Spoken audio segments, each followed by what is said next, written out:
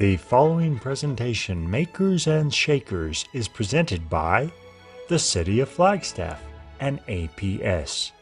Sponsored by Compass BBVA, Pub Medical, AWD Law, Sunwest Bank, Alliance Bank, W.L. Gore and Associates, Gentera Enterprises, and DPR Construction. Happy Thursday evening. I'm Scott Hathcock, and it's my pleasure to host another evening's edition of Makers and Shakers, a week-long virtual event to educate and celebrate both startups and aspiring founders. Tonight, we'll start off again with two very different and inspiring video pitch submissions that Moonshot received in 2020.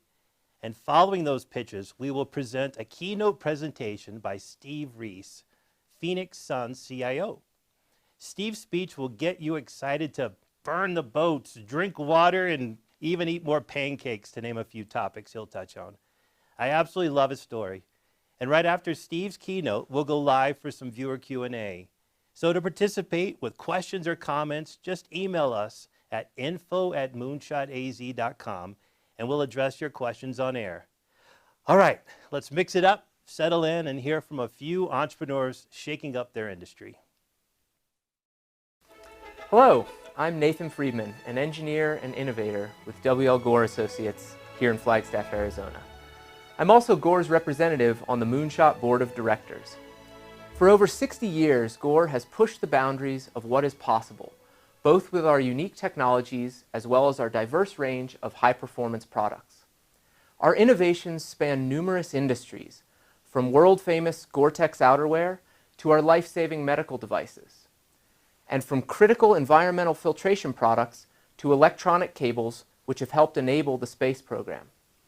We are a technology company at our core, but translating these unique technologies into products that improve the lives of our customers is where our real passion lies. This passion stems from a strong connection between the associates who design these products and the people who use them every single day. The programs and services developed at Moonshot bring a similar passion to helping startups develop an understanding of how to meet the needs of their customers and then scale the products which meet these needs to viable and sustainable businesses. I truly believe that the support Moonshot provides to inventors, innovators, and entrepreneurs can be integral to their success.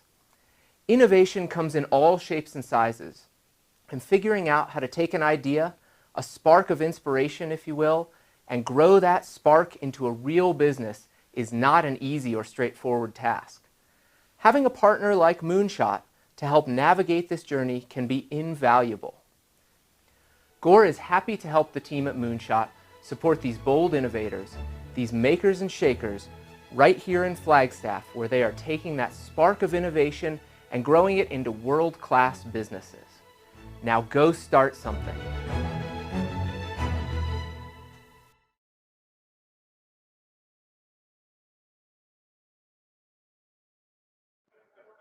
Hi, my name is Cohen Rahav. I'm the founder and CEO of Big Link Feed, the little solution to the large global protein shortage and waste crisis.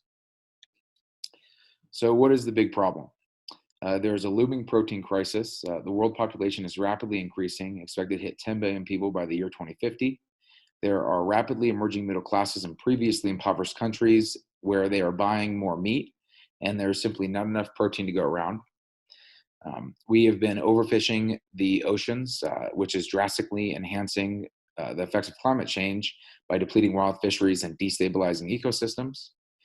And our solution to overfishing has been aquaculture, which is the fastest growing sector in animal protein. And there are over 20 million tons of wild fish caught for fish meal and fish oil, and aquaculture uses 70% of that. So there's some significant challenges that aquaculture is facing as well and being sustainable. And there is a global waste crisis. So it's an increasing threat to our environment as the population grows. Good food is thrown away. Landfills are increasing and harmful gases are being released into the atmosphere and surrounding environment. So what's our solution? Our solution is genetically engineered black soldier fly larvae. So we'll begin by securing pre-consumer waste streams from breweries, grocery stores, slaughterhouses, coffee shops, farms, and so on. And then we rear the larvae in our facilities, bring them into the lab where we use CRISPR technology and environmental methods to modify their genetic structure and increase their omega-3 content.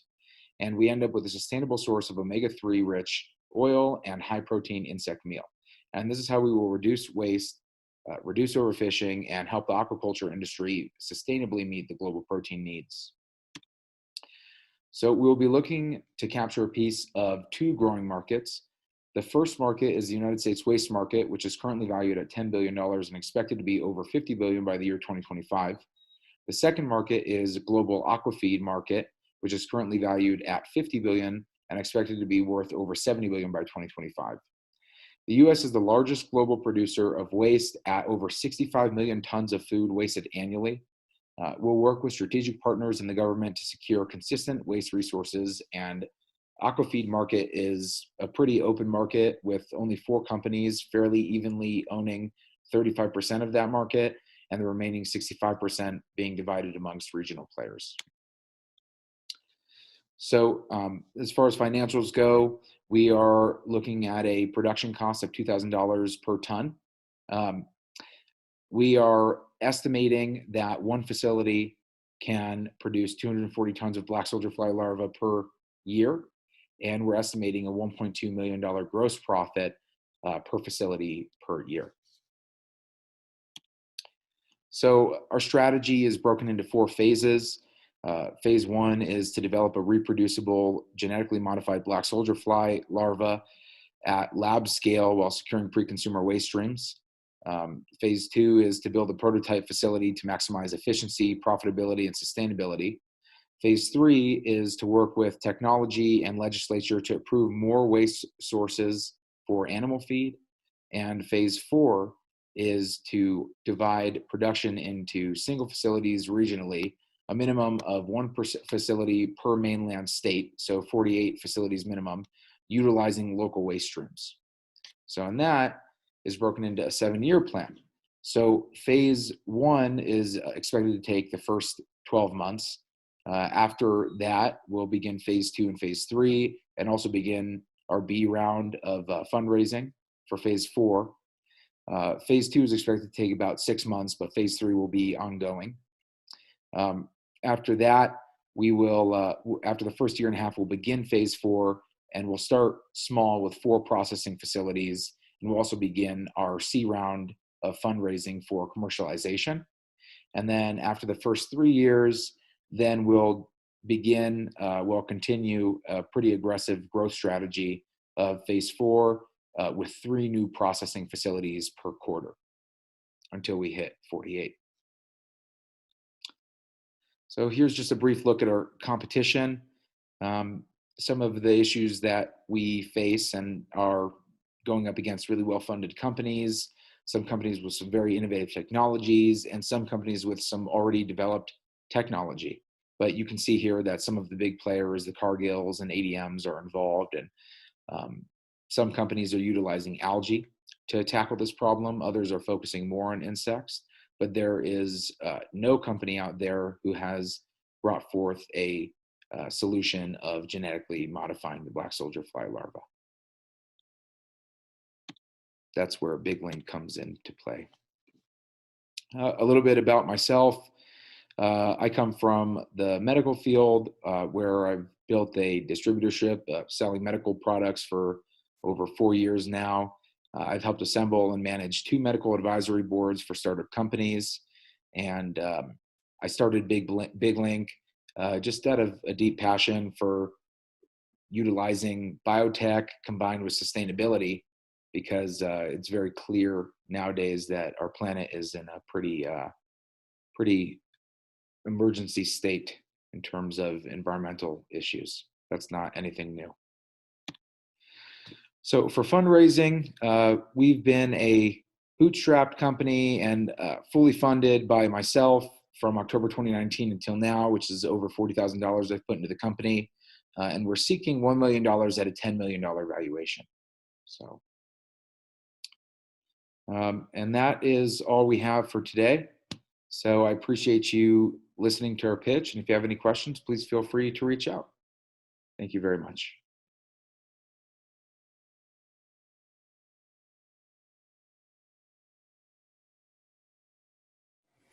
Hi, I'm Ray Browning, CEO and co-founder of Biomotum.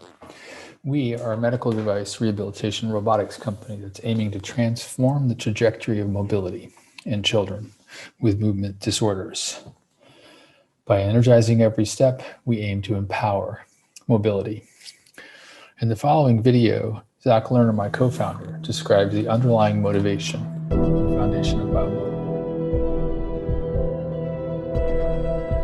Until you have a sprained ankle or torn ACL, most of us go about our lives without even thinking about walking. Cerebral palsy is caused by an injury to the brain or central nervous system around the time of birth. Cerebral palsy often results in abnormal walking pattern. The goal of this research project is to definitively demonstrate that simple, lightweight, wearable robots can improve walking efficiency in children with cerebral palsy. While Zach's research has been remarkably successful, the fact remains that there are nearly 1 billion people worldwide that have a physical disability that limits their ability to walk. Treatment of those individuals requires a sufficient dose of training, primarily through physical therapy and gait training. And we know that there's a dose response, that the more physical therapy leads to better mobility. Unfortunately, the amount of physical therapy can be insufficient, not enough days per week, or the delivery of that physical therapy can be inefficient. It's difficult to get a large number of steps in. Therefore, there's currently no viable way to deliver a sufficient dose to improve mobility. Until now, we have developed a lightweight, wearable powered robot for on-demand gait training that will allow treatment to happen anytime, anywhere. We believe the solution will lead to an increased therapy dose and better mobility, greater independence for individuals and positive self-esteem, and the fact that the device is smart and connected, it can optimize treatment in the clinic and at home. Specifically, our device is a robotic ankle assist device. It's lightweight with the motors and batteries carried at the waist. It's easy to use and can be used anywhere. It's a portable system that works on stairs, uneven ground, and up and down hills. And it's controlled through an iOS app and has 2 modes: assistance to help you get around and resistance to increase strength and coordination. In this video, you can see a child using the device in resist to restore mode. This type of targeted neuromuscular intervention is not possible with any current form of therapy. Does it work? This is a video of a child that participated in a 4-week intervention where they used the device in resist to restore mode 3 times a week for approximately 30 minutes each time. You can see in visit 1 is the baseline condition before therapy and the remarkable improvements by visit 12 with a nearly doubling of speed. In fact, this study demonstrated that there were 3 to 6 times faster improvements in mobility compared to standard care options. And by improvements, I mean walking speed improved, it was easier for people to walk, it required less energy, and their mechanics of movement was better, reducing the risk of musculoskeletal damage. The number one thing we hear from individuals who use the device is this is life-changing. On to the business side, our market size in the United States, there are approximately 40,000 physical therapy clinics and 7.5 million people who use assistive devices to walk. Through our customer discovery and market research, we estimate there are 75,000 potential customers for our solution. We've had a number of conversations with several of these customers, including the Gillette Children's Specialty Care and the Shirley Ryan Ability Lab, the top 2 institutions for treating cerebral palsy in the world, as well as the rehabilitation clinics listed here, and a significant number of parents and individuals. All have asked for a device. Our competitive advantages include the device will be affordable, its simple, elegant design makes it cost-effective to manufacture. The control system is robust, allowing individuals to use the device in really any conditions. And the fact that it's connected means it's telehealth ready and can be used to engage users and increase adoption. Our business model is B2B and B2C, direct and via distribution channels. As noted above, we have about 75,000 potential customers, and our target resale price is $2,500, which is the personal use price. We plan to offer that via a lease or subscription model. Briefly, our timeline. In 2020, we've been working on refining the product, conducting testing for FDA, securing seed investment. In 2021, we'll have clinical research units built. We'll be conducting our 3-year SBIR grant and seeking Series A investment. We hope to have FDA approval in 2022 and begin sales to rehabilitation centers, followed in 2023 by personal use clearance and increasing revenue. Our financial forecast is shown here. As you can see, revenue grows rapidly in year 4 to an estimate of approximately 20 million in year 5, and profitability is achieved late in year 4. We have a great team. Zach and I have been collaborating for nearly 11 years. Arun Jayaraman from Shirley Ryan Ability Lab is leading our rehabilitation expertise, and Alan Olson is helping us with the medical device commercialization. Unfortunately, cerebral palsy is a condition with no known cure, and there's really no anticipated cure. But what we are trying to do is make it possible for someone with cerebral palsy to live a more normal, or ideally a completely normal life. As you can see, we have a great team with a great mission. I'd be happy to answer any questions. Thank you.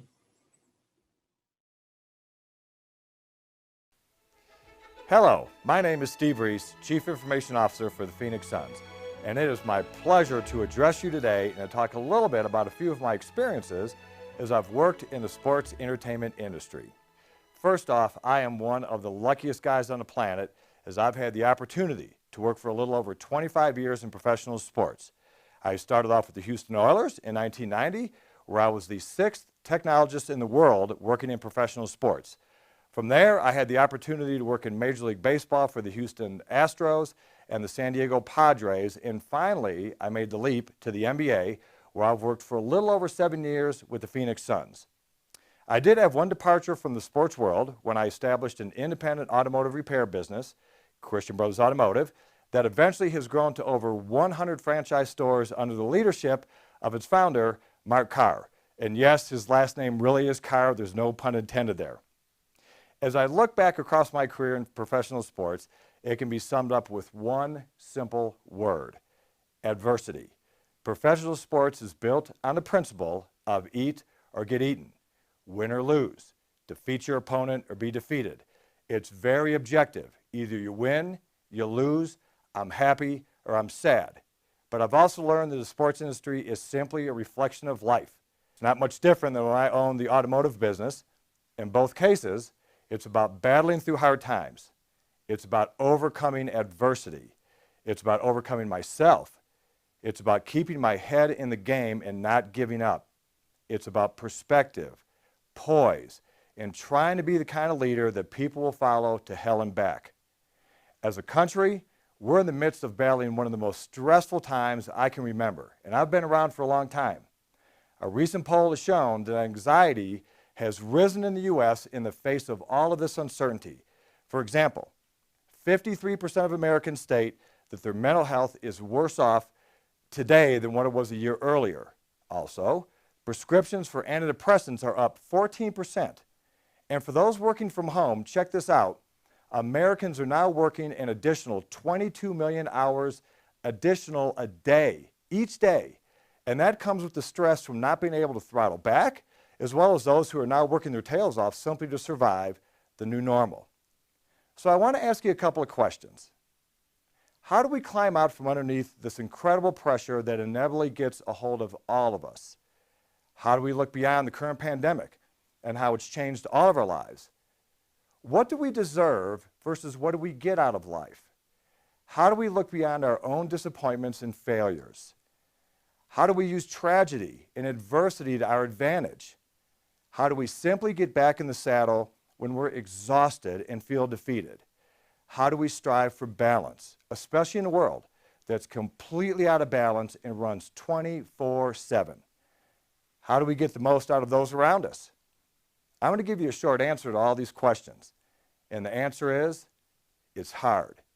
It's something that tears at our heart and soul. There's no silver bullet, there's no easy way around it, and there's no lottery to win. It's simply you and the circumstances and the tools and strategies you have to get beyond it. It's a matter of battling inch by inch and yard by yard. And when it comes to hard times, many of you have been there. I've been there certainly. And if you haven't been there, believe me, you will be. We all go through it. And when it comes, you're going to know it. It's going to come in the form of a near business failure, in a form of a divorce, in form of a job loss. It's going to come in the form of losing a loved one. But if you have the tools to battle through hard times, you'll come out the other end and like the person you see in yourself. You'll understand that it's supposed to be hard. It's the hard that makes it great. So here's a video movie clip in a movie called In a League of Their Own. And it's a movie about the All-American Girls Professional Baseball League. It's a true historical thing. In this scene, Tom Hanks plays manager Jimmy Dugan, and Gina Davis plays her all-star catcher, Dottie Hanson, who is walking away from a team who is heading into the World Series.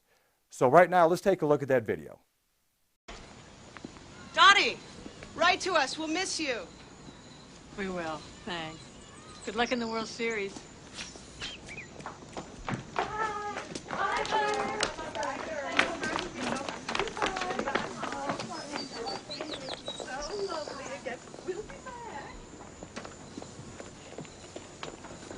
Taking a little day trip? No. Bob and I are driving home to Oregon.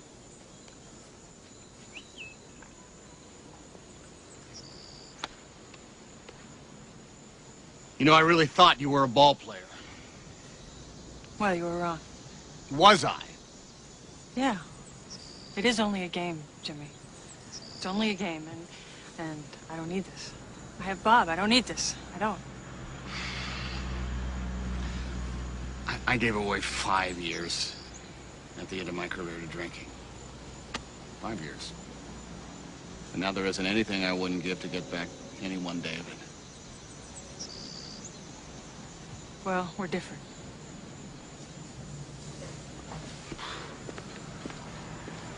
Chicken shit, Dottie. You want to go back home to Oregon and make 100 babies? Great. I'm in no position to tell anyone how to live. But sneaking out like this, quitting, you'll regret it for the rest of your life. Baseball is what gets inside you. It's what lights you up. You can't deny that. It just got too hard. It's supposed to be hard. If it wasn't hard, everyone would do it.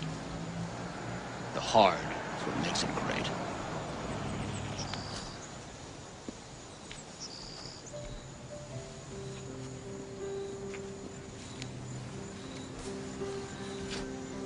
Everything all right? Yeah, fine. Fine. Bye, Jimmy. Adversity and difficulty are not the enemy. They're actually our ally that helps to shape us and the type of person we were designed to be. In reference to the movie, I have some great news. Dottie Hinson rejoined the team, and the rest is history. So with that, let me tell you a little bit about myself. I grew up in Detroit, Michigan, as the youngest of 4 brothers, and for those of you who are familiar with Detroit, I lived on Greenfield and 7 Mile Road. It was a home that was filled with a lot of challenges in the form of domestic violence. And I'd be lying to you if I told you that being brought up in this environment was anything but traumatic. The sad thing was that many of my friends also grew up in the same environment, so it was normal. And honestly, I didn't realize that there was anything unusual about this. If there was anything that was positive about growing up like this, it was the fact that my brothers and I held each other to a higher code to steer the family's future trajectory to a different course. I would say out of all the people on this God's green earth, besides my wife Joanne, My brothers are not only my closest confidants, but I would say, as being the youngest, they're also my heroes. I won't say much more about growing up in this environment except that I was forced to grow up very early.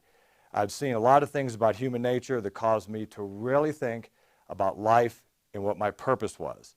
And in the end, I'm so fortunate that there's been a lot of healing and reconciliation. And one of the things I discovered was that anger and bitterness are not good friends.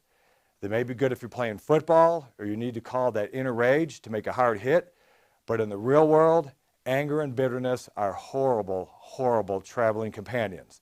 And I'll get more to that in a little bit. If it's okay with you, I'm going to rattle off just a few more personal highlights.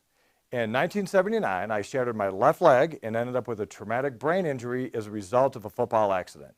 However, 1 year later to the day of my last ankle surgery, I earned All-American honors at Saginaw Valley State University in track and field and the 2-mile relay. And let me tell you what, that was awesome.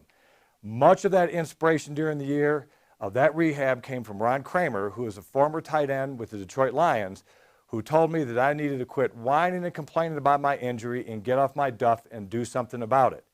So as soon as our team crossed the finish line in the NAIA Indoor Nationals, he was the first person I called to let him know that his believing in me was the difference. He had repeated to me over and over during my rehab that this would occur. He actually wrote a note to me, and I've got the picture on my wall that says, "To a future All-American." And so he told me that, hey, if you've got the guts to work, that this is what's going to happen. And this is a great example of someone giving encouragement that dramatically changed the course of someone's life, my life. So don't underestimate what a kind word will do. And God bless Ron Kramer.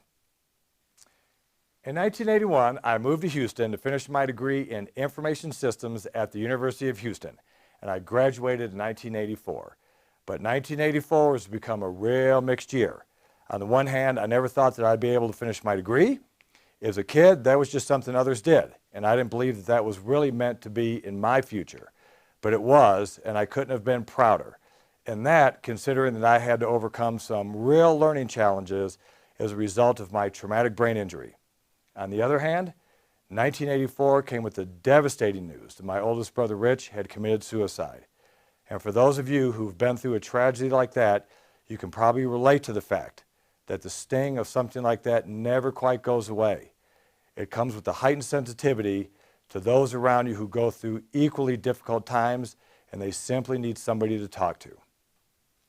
In January of 1985, I started working for the accounting firm of Arthur Anderson & Company.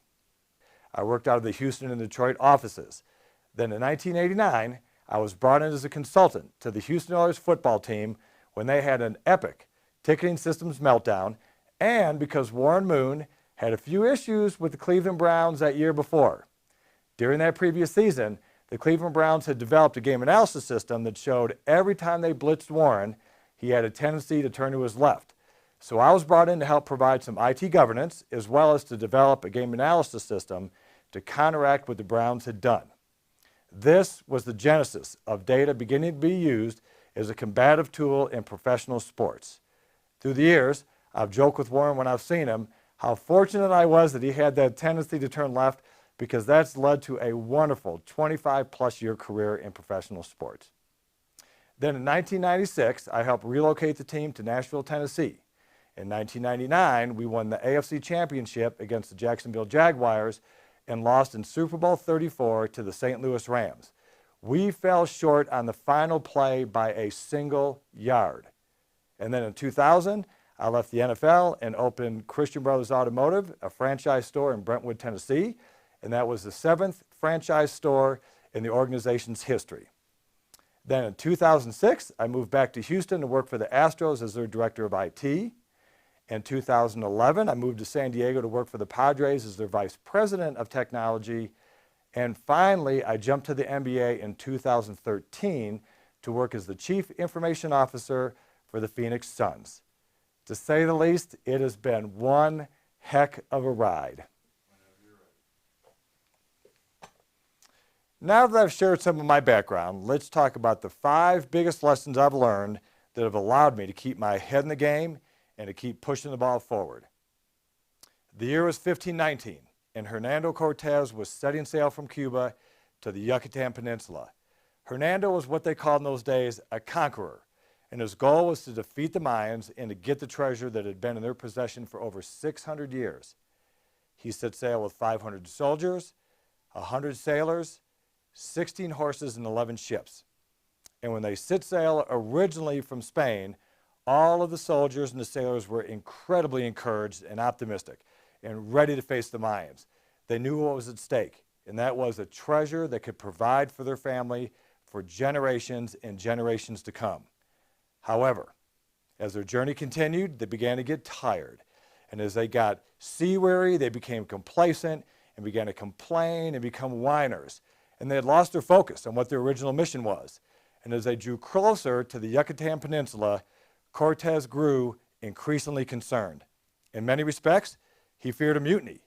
He also feared that the fight had left his men. And as they landed and gathered on the shore, Hernando began to reiterate why they were there and the incredible treasures that lay before him. But at that point, he still doubted the soldiers' commitment and their focus to fight. They're going to have to bring their A game because remember, this treasure had been in the Mayan possession for over 600 years, and army after army had failed to take it. And as he began to wrap up his talk, Cortez said 3 words that would change their attitude and change the course of history. He turned and he looked at the boats which were offshore, and he gave a special signal, and then he shouted the words, "Burn the boats." And with that, all 11 boats were set on fire and sank. And his men looked at their leader, and their mouths were wide open and could not believe what he had done. But his message was clear to every one of them, and that was that either we defeat the Mayans and we go home in their boats, or we die here fighting. And do you know what? The result is that they fought like hell. You see, every excuse they had to take the easy route out and go home if the fighting got a little too fierce was taken away. So my question to you is, what are the excuses that are being floated in your lives to not fight like hell? Is it a bad marriage? Is it an unfair employer? Is it that you got the short end of the stick when you grew up?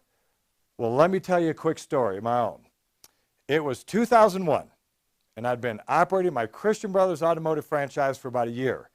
And like all new businesses, I was bleeding more cash than you could shake a stick at.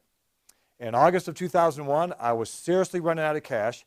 My bank account was down to $10,000, and my loans were exhausted. I was in a moment of desperation. At that point, there were a lot of people I could have blamed. I could have blamed the franchisor for not giving me great advice. I could have blamed some of the mechanics that I had to fire for overstating their qualifications and wrecking a few cars. I could have blamed the city of Brentwood for overregulating the business. But I knew in order for me to move forward, the buck had to stop with me. So I cleared my head and told myself, if I'm going to fail, I'm going to fail my way. So I undertook what I call a bottom feeder strategy. I tried to look at all the ways that I could advertise and get the word out about my business and spend next to nothing. So I did something that many of you may even find offensive. I began to search every single car that came through the shop. I searched through glove boxes, under seats, between the seats, in the trunk, under carpet, every hidden compartment that a car could have, I was there. I looked at every preset radio station that people had had set in their car, because what I wanted to do was to look at every piece of information about my customers, and I wanted to know what they read, what they thought, what their values were, what their kids did, what every single aspect of their lives I wanted to know inside and out. I wanted to know who they were. I wanted to channel my customers. In essence, you know what I did? I fought like hell. My boats were burned, and I had no excuses whatsoever. And with that information, I began to carry out my bottom feeder strategy. I found a local radio station that I knew all my customers listened to, because remember, I flipped through all their preset dials, and I set up an advertising series called The Family Name Game. And the ultimate winner of this program would win a 4-year scholarship for one of their kids. The cost of that, $10,000. There goes the bank account. I also walked next door to the Sonic, and we set up a co-branded radio show where we talked about high school sports. The cost of that, Zippo nothing. I then went to the local high school and talked to the radio and television instructor and asked him if I could sponsor the varsity football games, which were being on TV for the entire season. And for $500, Christian Brothers Automotive got a mention at the beginning of the game, at the end of each quarter, and at the end of the broadcast when they wrapped it up. And let me tell you, that was an absolute steal. And finally, I coined the tagline for my advertising campaign, which was caring for the family and caring for the family car. Honestly, I didn't know what that meant, but it resonated with all of our customers and didn't cost me a dime. It worked. And within 1 month, I was earning money. And within 8 years, a 15-year business loan was paid off. You see, my boats of excuses had been burned, and I had no choice but to fight. So my encouragement to you is, look at what excuses may be floating in your mind and torch those boats. You'll find in the end that you'll be more creative and that your will to fight will explode. You will fight like hell. As I stated earlier, I grew up in a home that had its fair share of domestic violence. When things got rough, I had a tendency, like most kids do, to cry. Then one day the wheels were coming off at home and my older brother Jim saw that I was beginning to cry. He runs over to the cabinet, he grabs a glass, he fills it with water and says, "Here you go, little brother, have some water." I've got to be honest, I looked at him as if he was nuts. He then looked at me and said, "If you drink water, you can't cry at the same time." And I have to admit, that was ingenious. It was so true. Try it yourself. Next time you feel you're getting ready to cry, drink some water, and you'll see that you can't. Now, sometimes we do need a good cry, but then there's other times we need to hold it together. And if that moment comes for you, drink some water. At the same token, I've also noticed that when things go wrong, I can have a tendency to either be angry or fearful. And I've got to be honest, by the time you become my age, you begin to see a lot of older men who are just flat out angry. They're angry over their employer. They're angry that they haven't achieved their goals in life that they set out years ago to do. They're angry in their marriage. They're just flat out angry. What I've also discovered is being grateful does not allow you to become angry and fearful. Being grateful is like drinking water when you're getting ready to cry. Gratefulness and anger and fear can't coexist. I've also seen it on the basketball court. Look at NBA player Steph Curry with the Golden State Warriors and Kelly Oubre, who is with the Phoenix Suns. When they are really in a flow state, just watch him on the sideline. Steph will chew on his mouth guard. He's got this crazy grin on his face.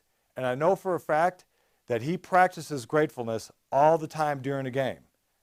Also watch Kelly when he's on the sideline. He's encouraging his teammates. He's shaking his head back and forth. He's keeping it loose, and in his heart, he's grateful to be playing at the NBA level. But when Kelly's on the court, he's fearless. He plays with reckless abandon. Fear and anger have their place in our lives.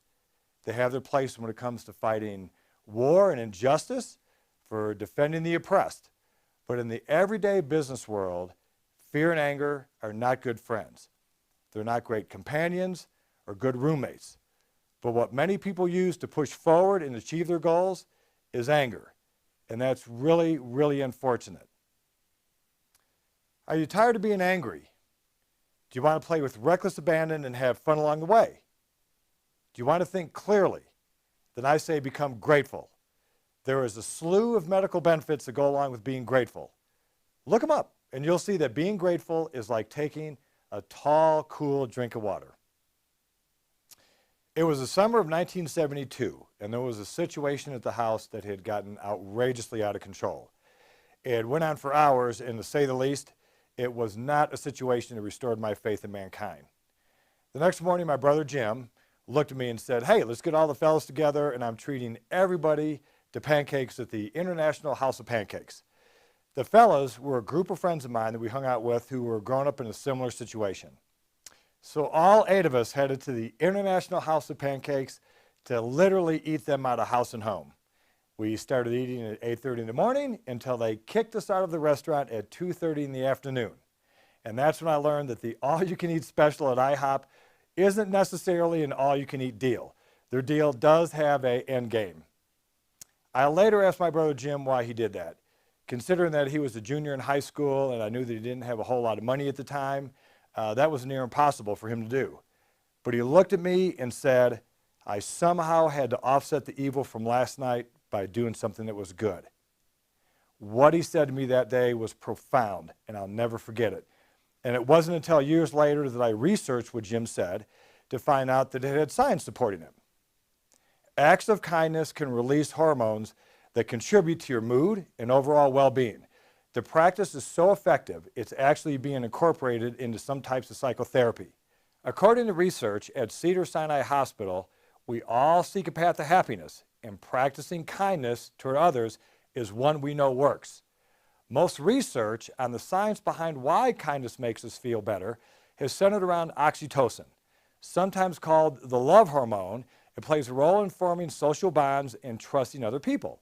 It's a hormone mothers produce when they're breastfeeding and they're cementing their bonds with the babies. Oxytocin is also released when we're physically intimate. It's tied to making us more trusting, more generous, and friendlier while also lowering our blood pressure. Studies have also linked random acts of kindness to releasing dopamine, a chemical messenger in the brain that can give us a feeling of euphoria. This feel-good brain chemical is credited with causing what is known as the helper's high. In addition to boosting oxytocin and dopamine, being kind also releases increased serotonin, a neurotransmitter that helps to regulate mood. On a personal note, about 4 years ago, I was going through a personal struggle in a couple of areas of my life. I was battling some medical issues as well as a few work-related issues. So thinking about my brother's advice, I decided to engage in my own random acts of kindness at work. So what I did was to distribute a gift card to a coworker once a month under the assumed pen name of Wesley William Cheeseman, my wife's great uncle. And with each gift card came the words of appreciation for the small things that they had done for the organization. For instance, the guy in engineering who is our painter, I thanked him for the wonderful job that he does in painting over scuff marks that people can inadvertently leave on a wall. With the gift card, I asked him to celebrate his awesome work by taking a coworker out to eat and enjoy each other's company. After 9 months of doing this, I noticed that people who had received the card were pinning it to the wall of their cubicles as a reminder that somebody appreciated what they did. One of the fun things was hearing people talk so nicely about Wesley William Cheeseman, not knowing that it was me. Most important was that it pulled me out of my funk and made a lot of people happy. And it was so easy to do. Are you stuck in a bad place that you just can't seem to shake? Then I would say, engage in random acts of kindness. Let me tell you, my attitude improved exponentially, and science backs it up. Work kindness into your daily routine, whether in the form of volunteer work, bringing a snack to share with your office, or holding an elevator for someone. Your random acts of kindness will help snap you out of whatever is bringing you down. Now, let me rattle off a few stats that may surprise you, but then again, they may not. A recent survey by the National Safety Council recently reported that almost half of Americans don't get enough sleep to safely perform the duties assigned to them by their employers. The survey found that 43% of Americans say they don't get enough sleep to mitigate critical risk factors that can jeopardize their safety at work and on the road. This includes the ability to think clearly and make informed decisions and being productive. Perhaps one of the most startling stats found that 97% of Americans say they have at least one of the leading 9 risk factors for fatigue, which includes working at night or early in the morning, working long shifts without regular breaks, working more than 50 hours a week, and enduring long commutes. 76% of workers say they feel tired at work. 53% feel less productive, and 44% have trouble focusing. So it was no surprise to me when our head athletic trainer came to me 3 years ago and asked me to assist in some research regarding sleep. His exact words to me were, how can we fix sleep and how do we fix body fat? And by the way, the two are very, very closely linked. Here's what we found in our research. 50% of all Americans sleep less than 7 hours per night. That's being sleep deprived. 30% of Americans sleep less than 6 hours per night. That's chronically sleep deprived. Physical exhaustion happens 30% faster for those sleeping less than 7 hours a night. Risks associated with those sleeping less than 6 hours per night include testosterone drops to levels of someone 10 years older. Risk of cancer increases by 70%. Individuals will consume 300 more calories per day, resulting in gaining anywhere between 15 to 20 pounds per year, and that places them at risk for sleep apnea. Lack of sleep is also closely related to chronic inflammation, stress, cardiovascular disease, and the production of tumors. It also negatively impacts your immune system. On the NBA performance level, the numbers spill out like this. For those players getting more than 8 hours of sleep, there was a 12% increase in minutes played, a 29% increase in points per minute, a 2% increase in three-point percentage, 9% increase in free throw percentage, and a 30% increase in motor skill learning. For those players getting less than 8 hours of sleep, turnovers increased by 37% and fouls increased by 45%. So here's my point. You absolutely have to fight for balance. Originally, I'd named this section Strive for Balance, but striving for balance isn't good enough. You've got to deliberately fight to achieve that balance for your own health and mental well-being. I was one of those people who was chronically sleep deprived. At the time that we started on this path, I was getting less than 5 hours of sleep a night. Gradually, over 6 months, I increased my sleep to 7.5 hours a night. And with that, I lost 30 pounds and lowered my body fat to under 10%. But more importantly, I'm simply a nicer person. And I'm telling you, you can ask my wife that. Do you want to perform at the highest level? Do you want to like who you are at the end of the day? Take a look at the most obvious thing that is staring right in front of you, and that's sleep. From a personal experience, the biggest thing you'll have to lose is that you'll end up buying a new wardrobe because you can't fit into your clothes anymore.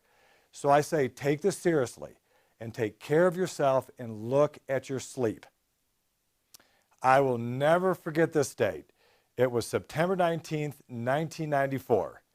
It was Monday, and I was in the midst of upgrading our computer network at the time at the Houston Oilers to something that was called DECnet. And what that is, it's an integration between our digital equipment VAX server and our Novell network. And the goal of this project was to blend our football side of the organization with our business side of the organization. And as luck would have it, things spiraled quickly downhill that morning, and with a matter of minutes, the entire network was erased. Accounting data, gone. All the email, gone. Correspondence, gone. And most of all, football scouting data was gone. It all went down the toilet in a matter of seconds. It was deleted. It was kaput. The business came to a screeching halt, and it was one of those rare circumstances where there had to be 12 weird, strange conditions that would occur in order for this to happen. And by luck, or whatever you want to call it, it happened to me at the Houston Oilers on September 19th, 1994. And there I stood wanting to jump off a cliff. The good news is I had everything backed up multiple times, but that didn't provide a whole lot of comfort to me at the time. It was going to take another 2 days to restore everything. The business side of the organization, they weren't too happy, but they understood and were as patient as could be. On the football side of the organization, I didn't hear a single thing from any of the coaches. And to be honest, silence sounded like a scream of rage from every one of them. But in reality, they simply pivoted and were doing what they need to do to prepare for the Bengals that coming Sunday. So now let's speed ahead to the next Monday. The system's been restored, operations were up and running, and then I hear a knock on my door, and lo and behold, it's Coach Jeff Fisher. He's here to see me, and he looks at me and he says, "Hey, Reese, how's it going? Is everything up and running? Is it stable? What's happening?" And at that point, I just began to apologize and tell him how awful I felt, and he stopped me in my tracks, and he tells me, hey, no worries whatsoever. We beat the hell out of the Bengals, so no harm, no foul. But we have Pittsburgh coming up this week, and we really don't need much room for error or any kind of mistakes. So if there's anything risky you're going to do this week, kind of hold off and wait for a week or two. And with that, he begins to laugh. He shakes my hand and tells me that he only can imagine how awful I felt last week. And with those words, Jeff Fisher sealed the deal of me being a soldier of his who would be willing to march to hell and back for anything he needed. He allowed me to keep my dignity, even though he had every right in the world to strip me of that. But he didn't. He kept my dignity intact, and for that, I was and will be forever grateful. I just can't express how deep that feeling goes. And here's an example from history. It was July 2nd, 1863, and Colonel Joshua Chamberlain was at the far left edge of a group of 80,000 men strung out in line, across fields and hills, stretching all the way to a small town called Gettysburg. Earlier that day, he had been told that his men of the 20th Maine were to hold the far left flank of that line and not allow any Confederate soldiers to come through. If he withdrew or was overrun, history has it the Confederates would have gained the high ground, and the Union, they would have been attacked from both the front and the rear, and they would have lost the battle. For a little background on Chamberlain, at the time, he was a 34-year-old English teacher who volunteered to go to war to get a little excitement back into his life. Chamberlain is known also for being a little too compassionate, and as a result, his regiment, the 20th Maine, received a number of misfits and deserters throughout the war. And it was Joshua Chamberlain's job to turn these people around. At the end of the war, he had also received a fair amount of grief about demanding that the Union troops present arms, a soldier's way of saluting during the surrender at Antietam. So, he was also known as the person who allowed others around him to keep their dignity. Make no mistake about it, he was a hard driver, but he wasn't the kind of person that stripped the dignity from others. So on that fateful day, at 2:30 p.m., came the first of 6 charges by the 15th and 47th Alabama Regiments to conquer Little Round Top, the far left flank. 6 months earlier, the 20th Maine started with 1,000 men. On this day, Joshua Chamberlain started with 300 men, and by the last charge, he was down to 80 men and 1 to 2 rounds of ammunition each.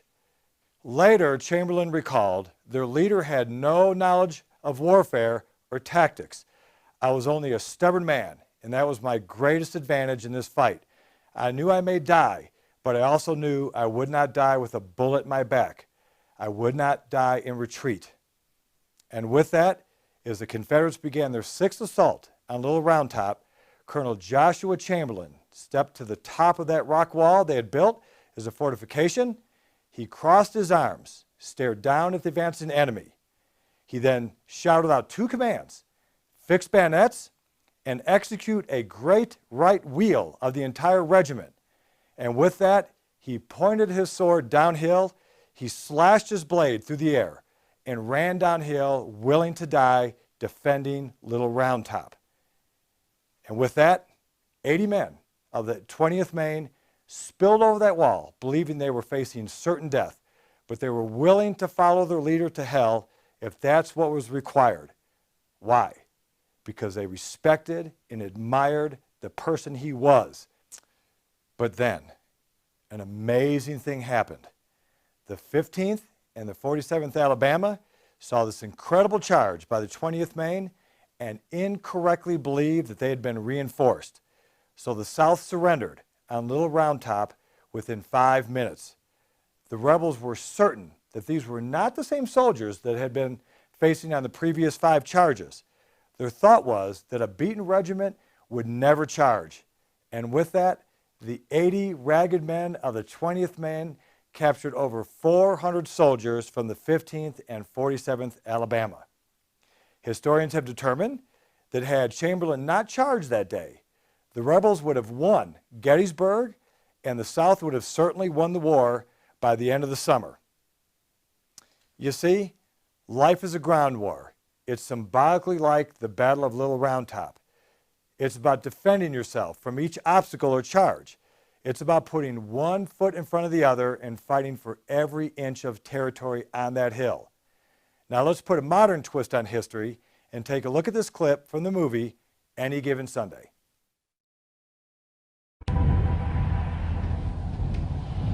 I don't know what to say, really. 3 minutes till the biggest battle of our professional lives. All comes down to today. Either we heal as a team, or we're going to crumble. Inch by inch, play by play, till we're finished. We're in hell right now, gentlemen. Believe me. And we can stay here, get the shit kicked out of us, or we can fight our way back into the light. We can climb out of hell. 1 inch at a time. Now, I can't do it for you. I'm too old. I look around, I see these young faces, and I think, I mean, I made every wrong choice a middle-aged man can make. I pissed away all my money, believe it or not. I chased off anyone who's ever loved me. And lately, I can't even stand the face I see in the mirror. You know, when you get old in life, things get taken from you. I mean, that's part of life. But you only learn that when you start losing stuff. You find out life's this game of inches. So is football. Because in either game, life or football, the margin for error is so small. I mean, 1/2 a step too late or too early, and you don't quite make it. 1/2 second too slow, too fast, you don't quite catch it. The inches we need are everywhere around us. Hell yeah. They're in every break of the game, every minute, every second. On this team, we fight for that inch. On this team, we tear ourselves and everyone else around us to pieces for that inch. We claw with our fingernails for that inch. Because we know when we add up all those inches, that's gonna make the difference between winning and losing. Between living and dying.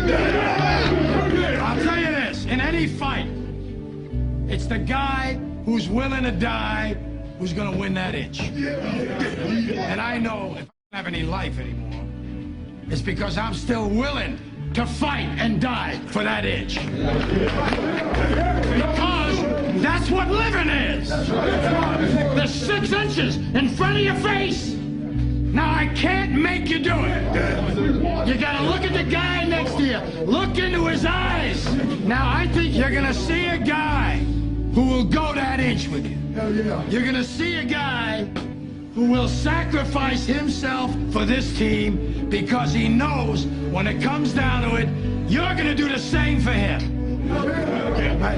That's a team, gentlemen. And either we heal now as a team, or we will die as individuals.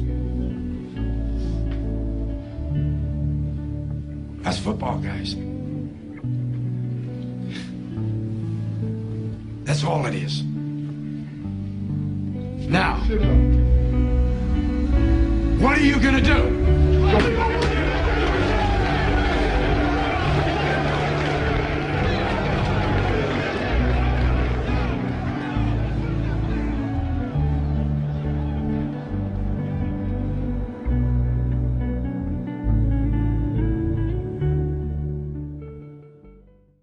So I ask you the same question that Al Pacino asked his players in that clip. What are you going to do? Joshua Chamberlain's decision was to leap over the wall and to be willing to die for that inch. Those who followed him were willing to die for that inch as well. It's a ground war, and there are tools at your disposal to keep your head in the game and to keep you charging forward.